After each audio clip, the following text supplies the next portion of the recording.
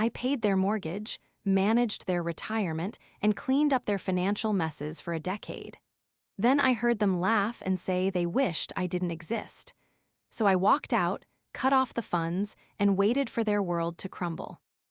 Before we continue today's story, we have an urgent announcement to make. Due to technical issues, we are pivoting towards another channel. Please subscribe to our new channel, Inherited Revenge. You can find the link in the video description, the pinned comment, and the collaboration tag on this video. Make sure to switch over now so you don't miss out. Thank you for your support. Now back to the story. I shouldn't have been home. That was the first deviation from the routine, the tiny crack in the universe that allowed the truth to slip through. Usually at 2:30 p.m. on a Tuesday, I would be buried under a mountain of spreadsheets in my office downtown, tracking hidden assets for a high-stakes divorce case or analyzing fraudulent tax returns. I was a forensic accountant. My entire life was built on finding the things people tried desperately to hide. I was good at it. I was precise, invisible, and essential. But today, the migraine had started behind my left eye around noon, a sharp, rhythmic stabbing that made the numbers on my screen swim and blur. By 1:00 p.m., I was nauseous. By 2:00 p.m., my boss took one look at my gray complexion and ordered me to go home. "Go, Grace," she had said, her voice softening. "The fraud will still be there tomorrow. Go sleep it off." So I drove home to the house I technically shared with my parents, though shared was a generous term. It was their house on the deed, but it was my money that had paid for the new roof, the HVAC system, and the landscaping. It was my salary that covered the property taxes and the grocery bills. I had moved back in 3 years ago to help them get back on their feet after Dad's bad investment, and somehow I had never left. I had become the load-bearing wall of their lives, essential, supporting everything, and completely ignored. I parked my car down the street because the driveway was full. Ryan's truck was there. My brother, the golden boy. Seeing his truck meant he wasn't at his job, a vague consulting gig that never seemed to pay him, but I was too throbbing with pain to care. I just wanted to get to my room, close the blackout curtains, and cease to exist for a few hours. I unlocked the front door silently. That was a habit born of years of trying not to disturb them, trying not to take up space. The house was cool and smelled of coffee and something sweet, like cinnamon rolls. I kicked off my heels in the foyer, wincing as the clatter of one shoe hitting the floor sounded like a gunshot in my sensitive ears. I paused, waiting to see if anyone called out. Silence. They must be in the kitchen or the backyard. I crept down the hallway, clutching my purse against my stomach, just wanting to bypass the common areas and retreat upstairs. But as I reached the spot where the hallway turned toward the kitchen, I heard them. "It's just ridiculous, Alan," my mother, Brenda, said. Her voice was clear, carrying that specific tone of indulgent exasperation she reserved for talking about Ryan. "He needs the capital. If he doesn't get the investment now, the opportunity closes." I know, my father, Alan, replied. I could hear the clink of a spoon against a ceramic mug. "But Grace handles the liquidity. You know how she is. If we ask for $5,000 for Ryan's project, she's going to want a business plan, a spreadsheet, a breakdown. She sucks the joy out of everything." I froze. The pain behind my eye throbbed, syncing with the sudden hammer of my heart. I shouldn't listen. I should announce myself. But my feet felt leaden, rooted to the hardwood. "She's just stiff," Mom sighed. "So rigid. Ryan has vision. Ryan has spirit. Grace acts like she's the auditor of our lives. It's exhausting living with someone who counts every penny, even if it is technically her money." "Technically," Dad scoffed. "We raised her. We put a roof over her head. We're a family. The money is family money. She just hoards it because she has nothing else. No boyfriend, no social life, no hobbies, just her little spreadsheets." "It's sad, really," Mom said, though she didn't sound sad. She sounded annoyed. "Ryan is going to take us to Italy when this business takes off. Grace will probably calculate the tax implications of a gelato before let us eat one." They laughed. It wasn't a mean cackle. It was a warm, comfortable, shared chuckle between husband and wife. A sound of unity. A sound that excluded me entirely. I leaned my head against the cool wall, the migraine flaring so violently I had to close my eyes. I expected the conversation to move on. I expected them to talk about dinner or the weather. But Dad spoke again, his voice dropping slightly, becoming more contemplative. "You know," he said, and I I'd hear the smile in his voice. Looking at how Ryan turned out, so full of life, so charismatic, and then looking at Grace, sometimes I wonder. "Wonder what?" Mom asked. "Sometimes I wish Ryan was our only child," Dad said. The words hung in the air, heavy and suffocating. "It would be so much simpler. Just us and him, we wouldn't have this dark cloud hovering over the house, judging us. We could just be happy." I stopped breathing. The air in my lungs turned to stone. "I know what you mean," Mom agreed instantly. There was zero hesitation, no defense of her daughter. No, "Oh, don't say that, Alan," just agreement. "Ryan is the joy, Grace is the obligation." It sounds terrible to say, but sometimes I feel like we're stuck with a roommate we don't like, rather than a daughter. "Exactly," Dad said. "A roommate who pays the bills, sure, but at what cost to our peace of mind?" They laughed again, louder this time. I stood in the hallway. I checked my watch. 1 minute passed. Then 2. My head was splitting open, but the physical pain was suddenly distant, muted by a cold, numbing shock that started in my fingertips and raced up my arms. 3 minutes. I stood there for 3 full minutes, listening to the clatter of cups, the scrape of chairs, the comfortable murmur of the parents who had raised me wishing I had never been born. I didn't storm in. I didn't scream. I didn't throw a vase. I turned around, I picked up my shoes, and I walked back out the door. The betrayal wasn't just in the words, it was in the laughter. The betrayal was worse than the diagnosis itself. It was the realization that my existence was their burden. I sat in my car 3 blocks away, gripping the steering wheel so hard the leather creaked under my fingernails.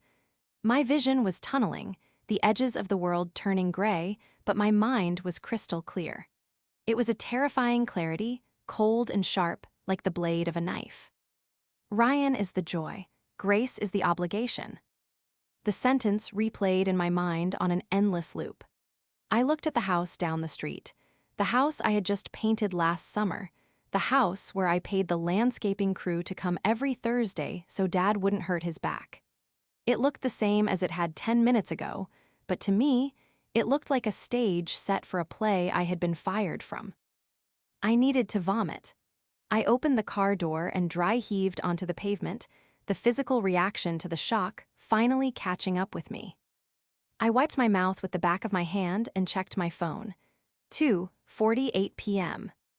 They didn't know I was home. They didn't know I had heard. If I went back in there now, what would happen? I would scream, I would cry, I would demand an explanation. And they would gaslight me. I knew it as surely as I knew the tax code. Mom would say I was being dramatic. Dad would say I misunderstood, that it was a joke, that I was too sensitive, proving exactly what they had just said about me being a dark cloud. No. I couldn't give them the satisfaction of my tears. Not today. I put the car in gear and drove to the nearest hotel, a generic chain by the highway. I checked in, used my corporate credit card, and collapsed onto the stiff bed. I lay there for 4 hours in the dark, the migraine slowly receding as the adrenaline of survival took over. By 7:00 p.m., I was sitting up, staring at the wall. I wasn't sad anymore. I was calculating. I was a forensic accountant. My job was to look at a chaotic mess of numbers and find the truth hidden underneath. I looked at the chaotic mess of my family dynamic and saw the truth clearly for the first time. They didn't love me. They loved my utility. They loved the safety net I provided so they could indulge their golden boy. I stood up and paced the small hotel room. I needed a plan. I couldn't just disappear forever without my things, but I couldn't go back and live there. I waited until 2:00 a.m. I drove back to the house. The windows were dark. Ryan's truck was gone, likely out at a bar spending money he didn't have. Mom and Dad would be asleep. Dad took a sleeping pill every night at 10:00 p.m., a prescription I picked up and paid for. I let myself in. The house was silent. It felt like a museum of a life I used to live. I moved like a ghost, keeping my shoes off, stepping on the parts of the floorboards I knew didn't creak. I went to my room and grabbed 2 large suitcases. I didn't pack everything.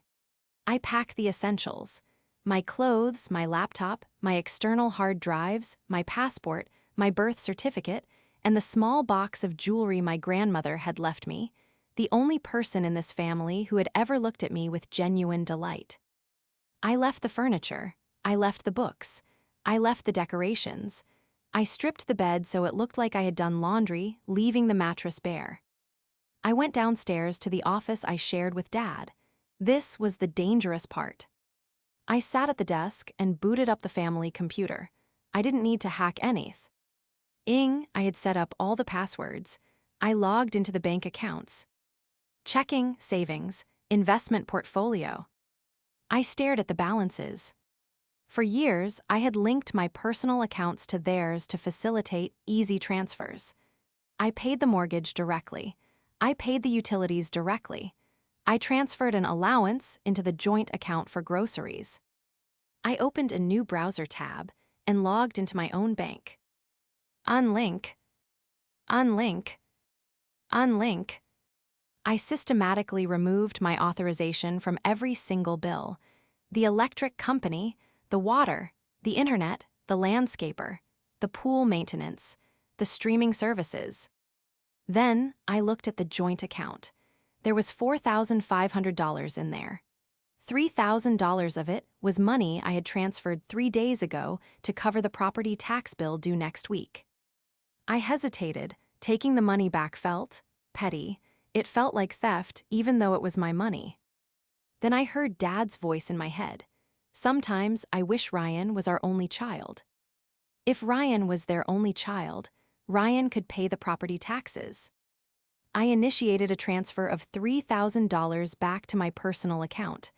I left them with $1,500, their actual pension money. I wasn't a thief. I was just resigning. I wiped the browser history. I shut down the computer. As I walked to the front door with my suitcases, I paused at the kitchen counter. There was a note from Mom on the fridge, written on the whiteboard in her looping script. "Ryan, don't forget family dinner Sunday, making your favorite roast." There was no note for me. I walked out the door, locking it behind me. I tossed the key under the mat, a final, symbolic resignation.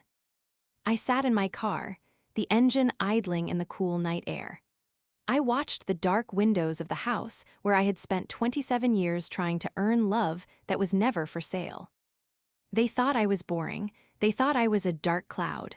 They thought I was nothing more than a checkbook with a pulse. I put the car in drive. As I pulled away, a cold smile touched my lips. They wanted to live in a world where I didn't exist.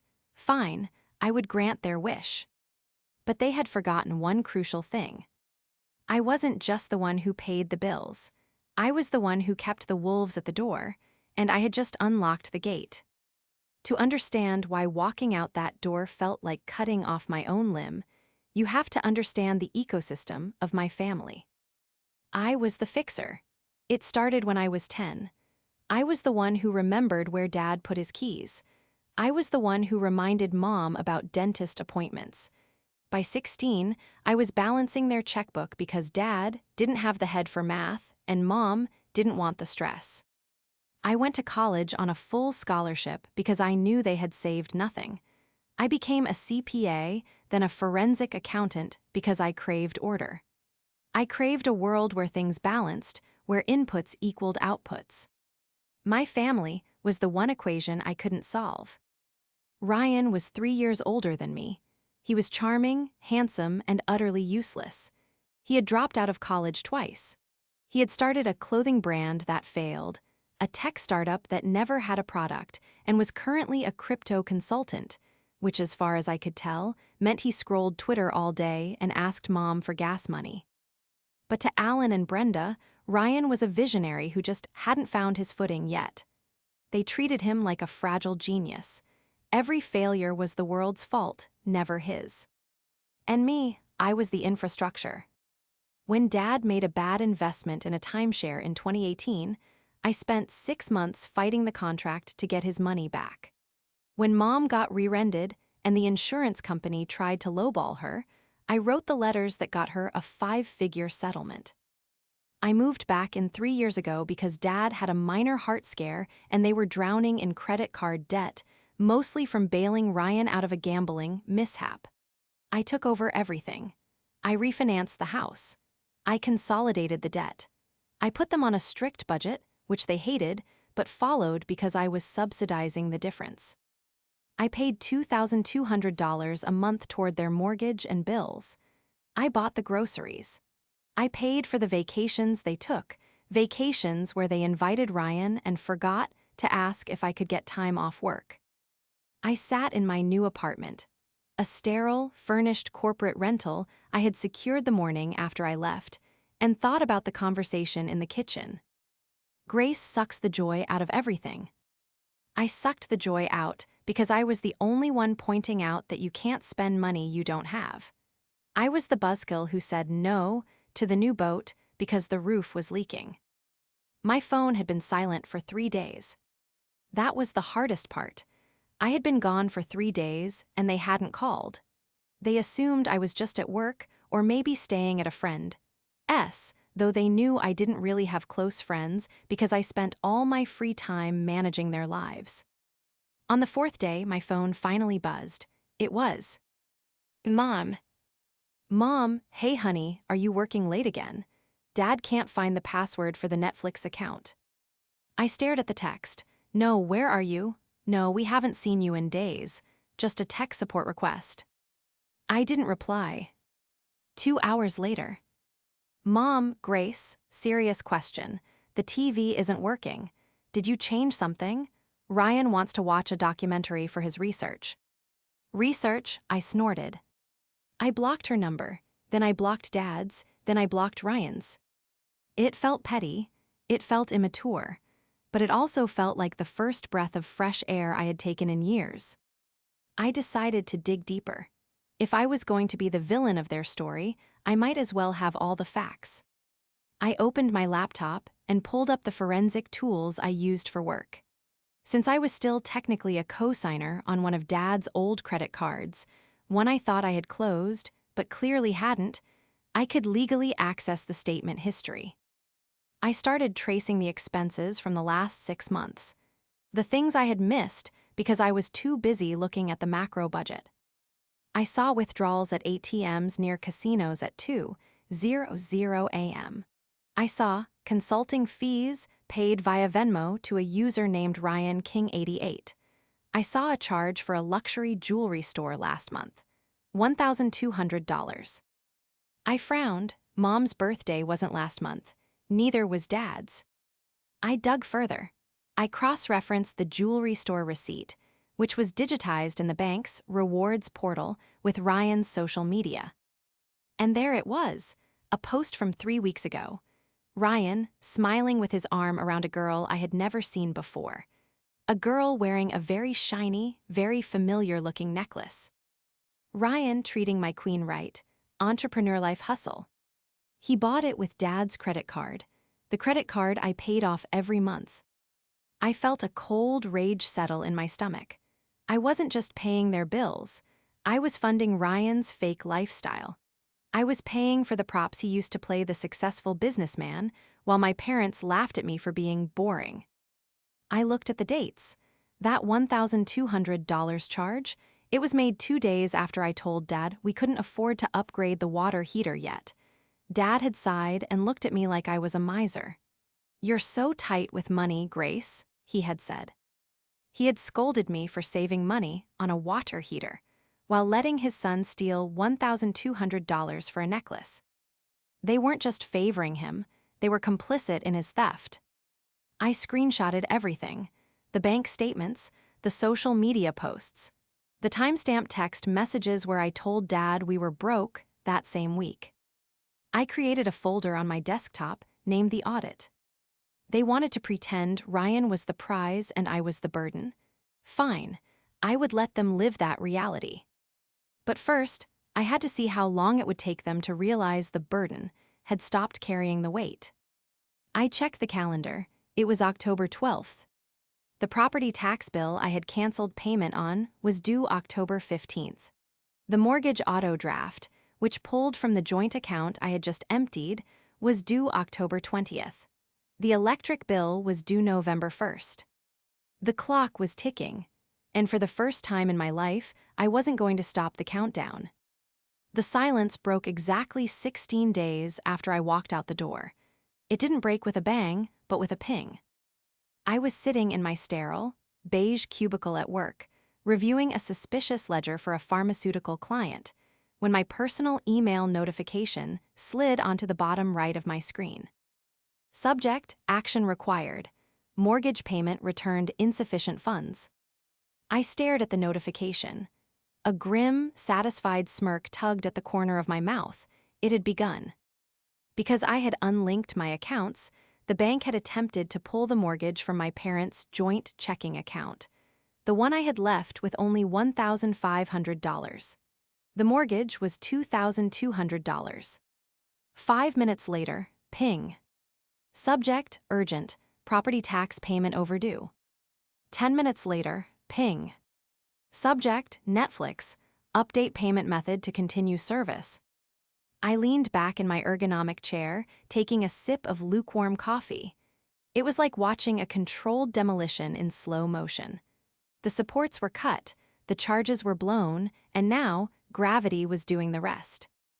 I didn't intervene. I didn't forward the emails to Dad. I didn't text Mom to warn her.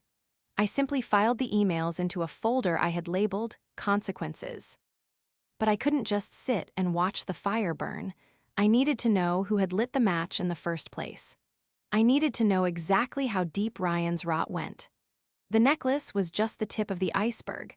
People like Ryan, people who feel entitled to the world without working for it, never stop at petty theft.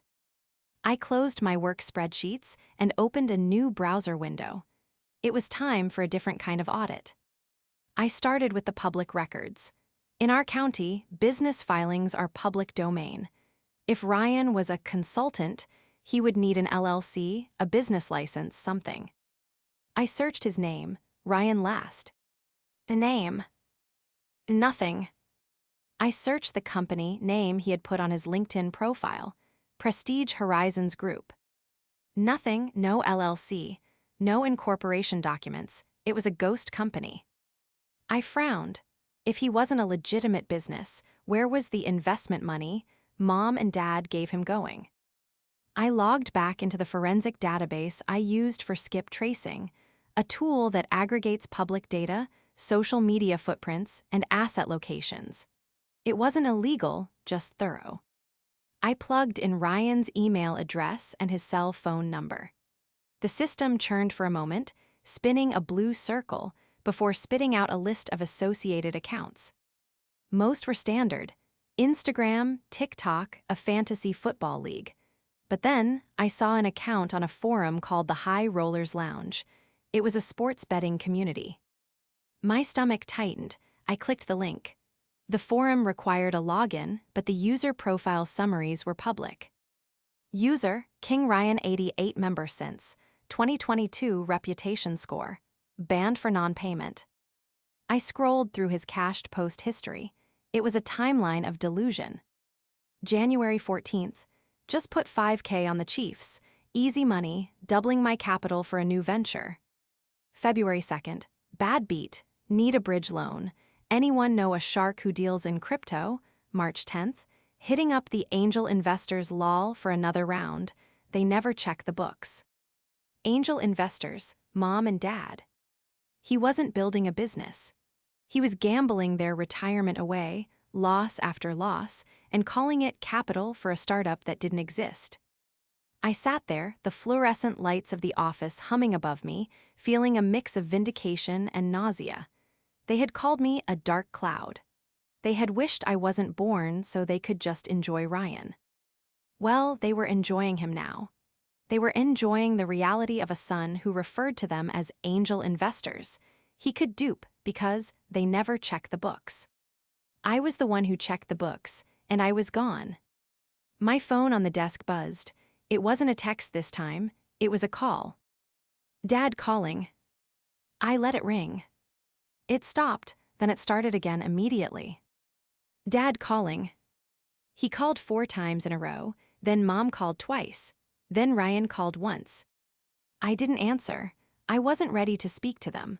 I needed them to feel the panic first.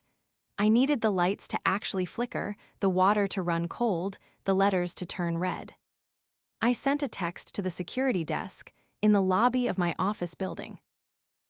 Hi, this is Grace from the 14th floor.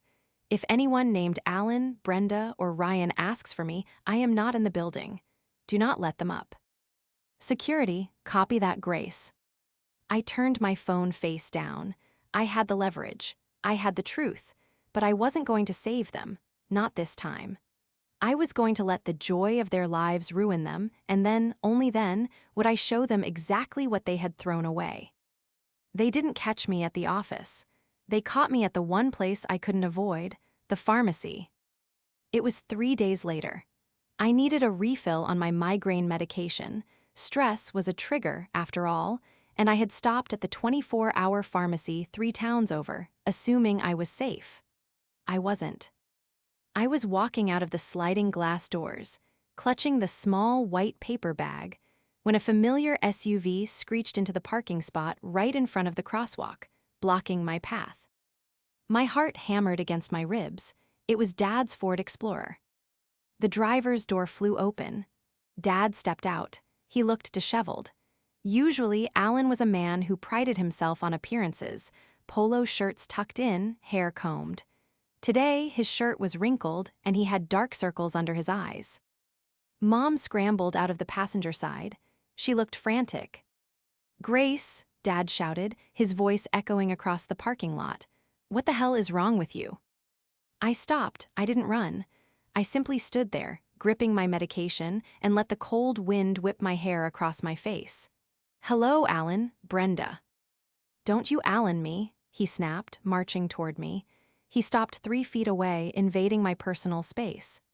Do you have any idea what's been happening? The mortgage bounced. Bounced, Grace. We got a letter threatening legal action on the taxes. The internet is off. And we've been calling you for days, Mom added, her voice shrill.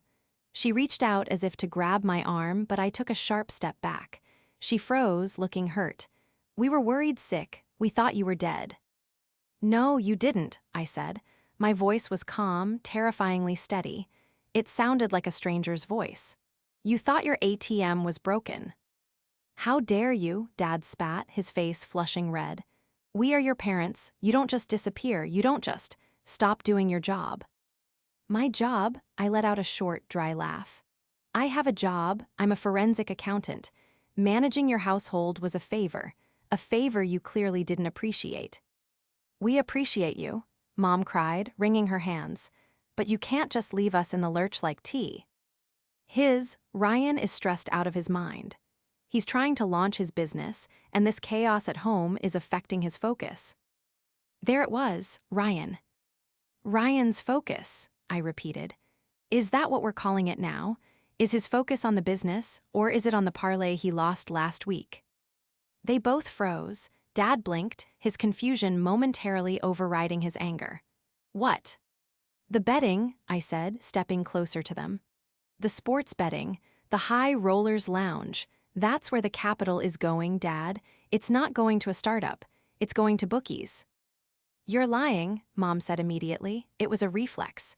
Ryan doesn't gamble. He's an entrepreneur. He's a thief, I said. Did you ask him about the necklace? Mom went pale. What necklace?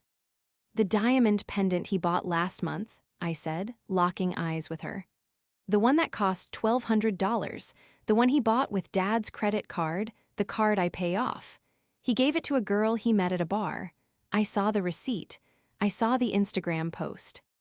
He told us that was a networking expense, Dad stammered, but his voice lacked conviction. He looked at Mom, uncertainty flickering in his eyes.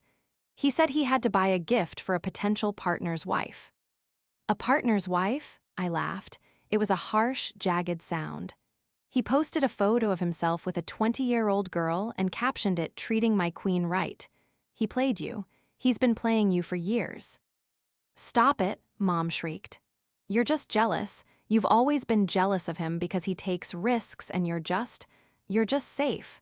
You're trying to ruin his reputation because you're bitter. I'm not bitter, I said. I'm done. I heard you, you know. The parking lot went silent. A car drove past on the main road, the swoosh of tires loud in the quiet. Heard what? Dad asked, his voice dropping. Tuesday, 2 weeks ago. I came home early with a migraine, I said softly. I stood in the hallway. I heard you say you wished Ryan was your only child. I heard you laugh about how boring I am. I heard you call me an obligation. Mom covered her mouth with her hand. Her eyes widened, not with remorse, but with the shock of being caught. Dad looked away, his jaw working. We were just blowing off steam, Dad muttered, refusing to look at me. You know how it is, we didn't mean it literally. You meant it enough to laugh, I said. You got your wish, Dad. Ryan is your only child now. Let him pay the mortgage. Let him fix the tax bill. Let him manage the retirement fund. Grace, be reasonable, Dad stepped forward, his tone shifting from anger to a desperate, bullying command. You can't do this. We don't have the login for the tax portal. We don't know the passwords for the bank transfers. You set all that up. You have to come home and fix it. I don't have to do anything, I said. I turned toward my car. If you walk away, Dad shouted at my back, his voice cracking with desperation, don't expect to be part of this family when Ryan makes it big. When he succeeds, you'll get nothing. I stopped. I opened my car door and looked back at them one last time. They looked small. They looked old. They looked like two people standing on the deck of a sinking ship, screaming at the lifeboats to come back because the captain needed a drink. He's never going to make it big, Dad, I said quietly, and you're going to lose the house. I got in the car and drove away. I watched them in the rearview mirror, Mom crying, Dad kicking the tire of his SUV. I didn't feel happy, I felt hollow, but the chain was broken. The confrontation in the parking lot should have been the end of it. It should have been the moment they realized the gravity of their situation and started scrambling to save themselves. But denial is a powerful drug, and my parents were addicts. For the next week, they tried a different tactic, heavy artillery. I started getting messages from extended family. My Aunt Carol, who I hadn't spoken to in 3 years, sent me a Facebook message. Your mother is devastated. How can you be so cruel? Children care for their parents, Grace. It's God's law. My cousin Mike, who was best friends with Ryan, texted me, Yo, stop being a brat. Unfreeze the accounts. Ryan says you lock them out of their own money. That's illegal. It was a smear campaign. Ryan had spun the narrative. In his version, I was the vindictive sister who had stolen their passwords and access to hold them hostage. He was the hero trying to hold the family together while I threw a tantrum. I didn't respond to the flying monkeys. I dug deeper. I knew my parents were running out of liquid cash. I had left them $1,500. Between the mortgage attempt, groceries, and gas, that money had to be gone by now. Ryan certainly wasn't contributing. So, where were they getting money? I went back to the county clerk's website. I had a hunch. A sick, sinking hunch that came from years of seeing how fraudsters operate. Ted, when their backs were against the wall. I searched for property records on my parents' address again. The page loaded slowly, the little wheel spinning, mocking my anxiety. There were the standard entries, the original deed from 1998, the refinance I had orchestrated for them in 2021 to lower their rate. And then a new entry. Dated October 24th, 3 days ago, document type HELOC Home Equity Line of Credit, lender Quick Cash Financial Services, amount $50,000. I stopped breathing. They had taken out a $50,000 line of credit against the house. In 3 days, that was fast. predatory lender fast. I clicked to view the scanned PDF of the document. I paid the $5 fee with shaking fingers. The document opened. I scrolled past the legalese, past the interest rate, a staggering 12%, down to the signature page. Borrower Alan last name signed. Borrower Brenda last name signed. And there, below their names, was a section for co-owner resident consent, required because my name was technically on the deed as a tenant in common, with a small percentage ownership. A legal safeguard I had insisted on when I paid for the roof renovation 2 years ago. Consent, Grace last name.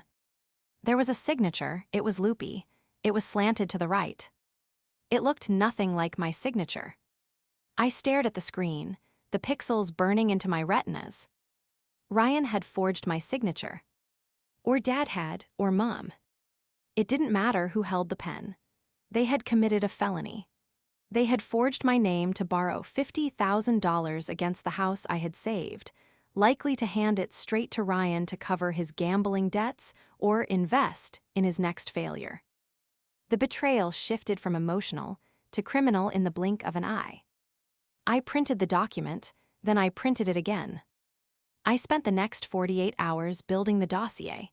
It was the most comprehensive work of my career. Exhibit A, the transcript of the parental laughter, my own testimony, but supported by the timeline of my departure. Exhibit B, the bank statements showing years of my payments covering their lifestyle. Exhibit C, the forensic trace of Ryan's gambling accounts and the Prestige Horizons ghost company. Exhibit D, the receipt for the diamond necklace bought with family funds.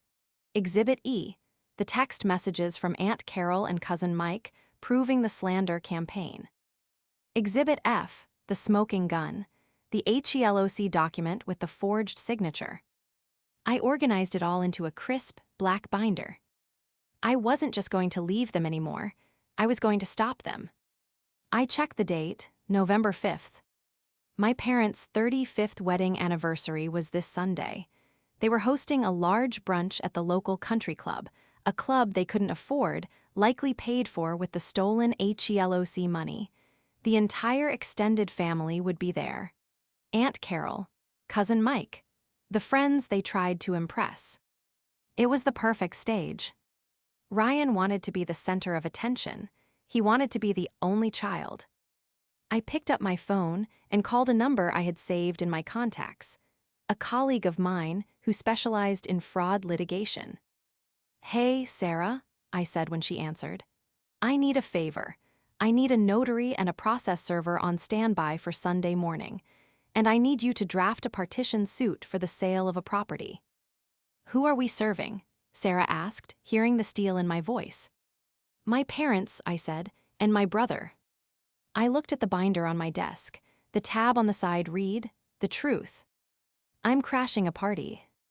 The Oakwood Country Club was the kind of place my parents loved. It smelled of old money, lemon polish, and exclusion. They couldn't actually afford the membership, of course. They were there as guests of a member, playing the role of the successful, retired couple celebrating 35 years of marital bliss. I walked into the Crystal Room at 11:45 a.m. I was wearing a sharp, charcoal gray suit, my courtroom armor, and carrying the black binder tucked under my arm like a weapon. The room was filled with about 40 people. There were white linens on the tables, a 3-tiered cake in the corner, and a gentle hum of polite conversation.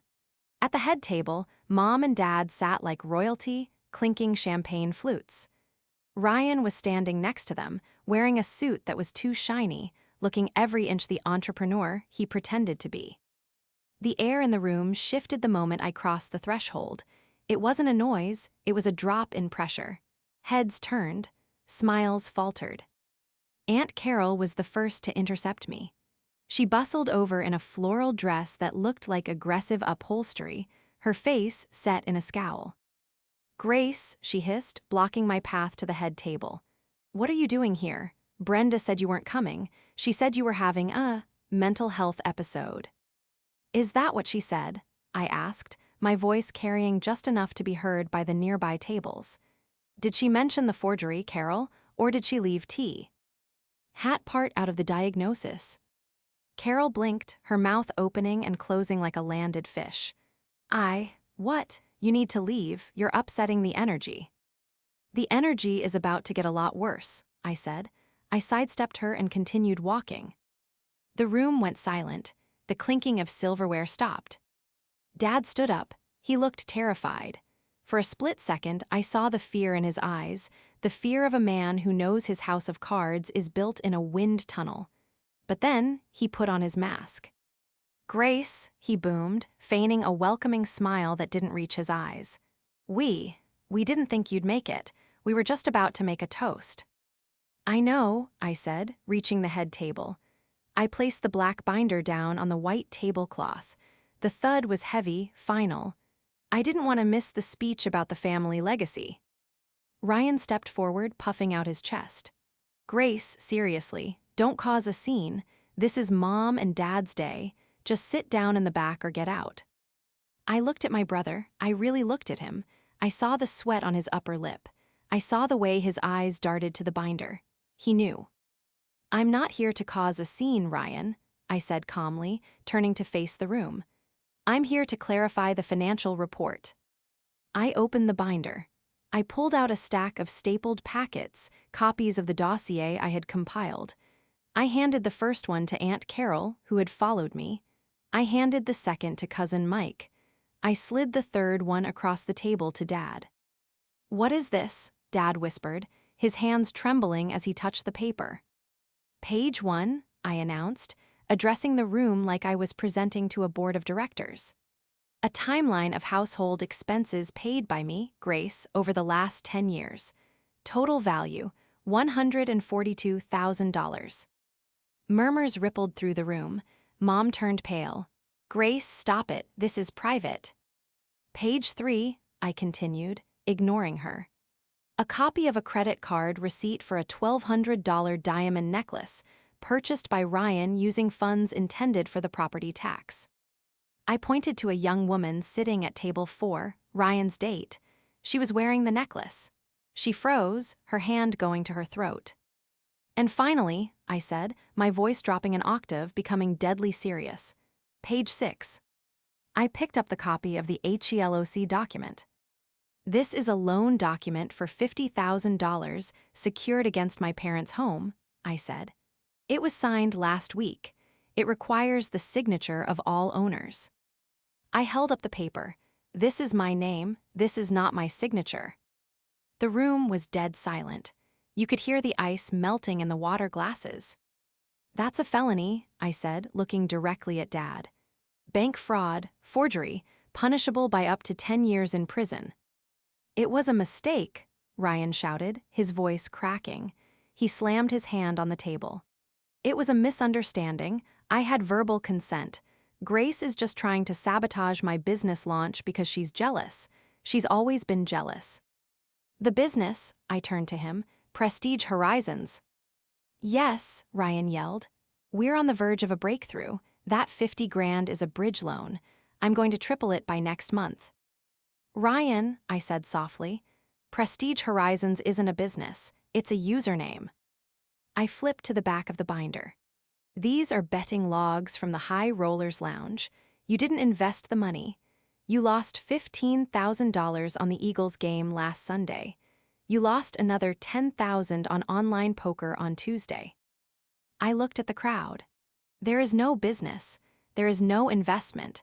There is only a gambling addiction and a second mortgage with a 12% interest rate that is going to foreclose on my parents' house in 6 months. Mom let out a sound that was half sob, half gasp. She sank into her chair, covering her face with her hands. Dad stared at the papers. He looked from the gambling logs to Ryan. "The Eagles game," he whispered. "You told me you were buying inventory." "Dad, she faked these," Ryan pleaded, grabbing Dad's arm. "She's a computer genius. She made it all up." "I'm a forensic accountant," I corrected. "I don't fake records, I find them." I turned back to Dad. "I stood in the hallway and heard 'you wish I wasn't born,'" I said. The words hung in the air, heavy and suffocating. The guests gasped. Aunt Carol looked at Dad with horror. "You laughed. You said I was an obligation. You said you wanted to just be happy with Ryan. Tears pricked my eyes, but I didn't let them fall. I wouldn't give them that. Well, here is the reality of your happiness. I gestured to the papers, to the sweating brother, to the ruin on the table. You stole from the daughter who kept you safe to give to the son who sold you out. I pulled my phone from my pocket. I have the police on speed dial, I said. I can report the forgery right now. Ryan goes to jail. Maybe you do too, Dad, since you co-signed knowing I wasn't there. Dad looked up. He was crying. He looked old, broken, and terrified. Grace, please. Or, I said, we do it my way. Anything, Mom sobbed into her hands. Anything. The house goes on the market tomorrow. I listed my terms. The equity pays off the loan before the bank realizes it's fraud. You downsize. Ryan gets nothing, no money, no place to stay, and I walk away with my name cleared. I looked at Ryan. And if you ever come near my finances again, I will hand this file to the district attorney. I closed the binder. Happy anniversary, I said. I turned and walked out of the crystal room. Behind me, I heard the sound of a woman crying, and the angry, confused shouts of a family finally waking up from a long, expensive dream. The fallout was swift, brutal, and necessary. The party ended minutes after I left. According to Aunt Carol, who sent me a long, apologetic email 2 days later, Ryan tried to fight cousin Mike in the parking lot when Mike refused to lend him gas money. The police were called, but not by me. Ryan spent the night in the drunk tank, which was probably the safest place for him. The ultimatum held. My colleague, Sarah, drafted the paperwork the next morning. Dad signed the listing agreement for the house with a shaking hand. He didn't argue. He didn't try to negotiate. The fight had gone out of him the moment the truth hit the table. They sold the house quickly. The market was hot, and they were desperate. The proceeds paid off the predatory HELOC loan and the existing mortgage. After the debts were cleared, there was almost nothing left, certainly not enough for a retirement villa in Florida. They moved into a small, 2-bedroom apartment on the other side of town. It was a walk-up. It didn't have a pool. It didn't have a landscaping crew. Ryan disappeared. Last I heard, he was in Nevada, working odd jobs, staying with friends until he wore out his welcome. Without the infinite line of credit that was my parents' blind love, he was forced to face the world on its terms, not his. 3 months later, I was sitting in my new office. I had been promoted. My boss had been impressed by my ruthless efficiency during a recent audit, a trait I had honed in the fires of my own living room. My receptionist buzzed me. Grace, your parents are here, they don't have an appointment. I hesitated. My finger hovered over the button.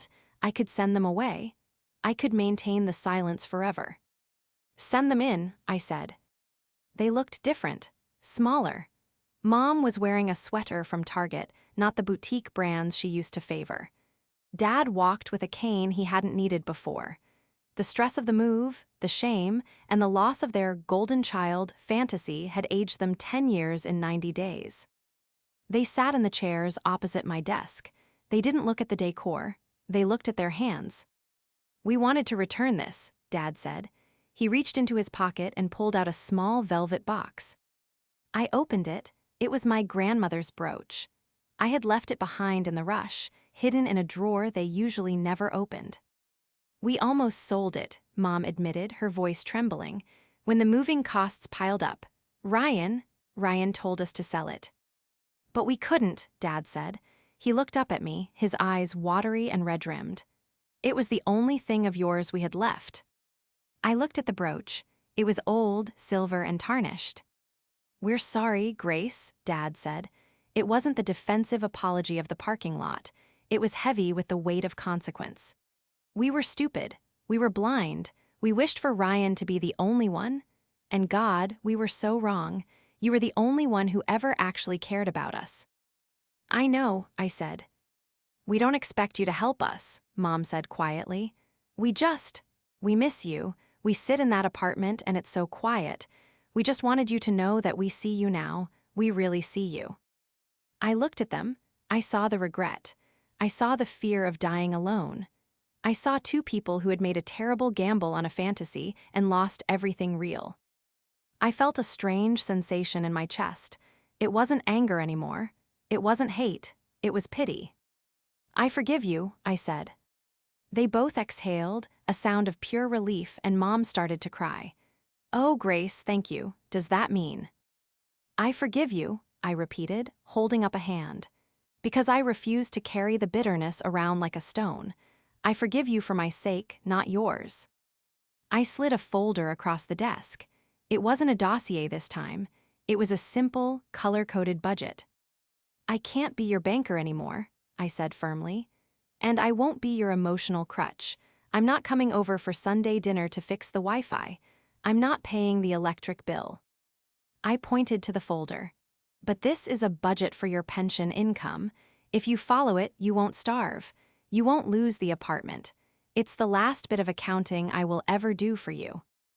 Dad took the folder. He held it like it was a holy text. "Thank you, Grace." "You should go," I said, ending up, "I have work to do." They stood up. Mom hesitated, looking like she wanted to hug me, but she saw the wall I had built, a wall of glass, transparent but impenetrable. She nodded, gave a small wave, and walked out. Dad paused at the door. "You're a good woman, Grace, better than we deserved." "I know," I said again. The door clicked shut. I sat back in my chair. The office was quiet. The sun was streaming through the window, illuminating the dust motes dancing in the air.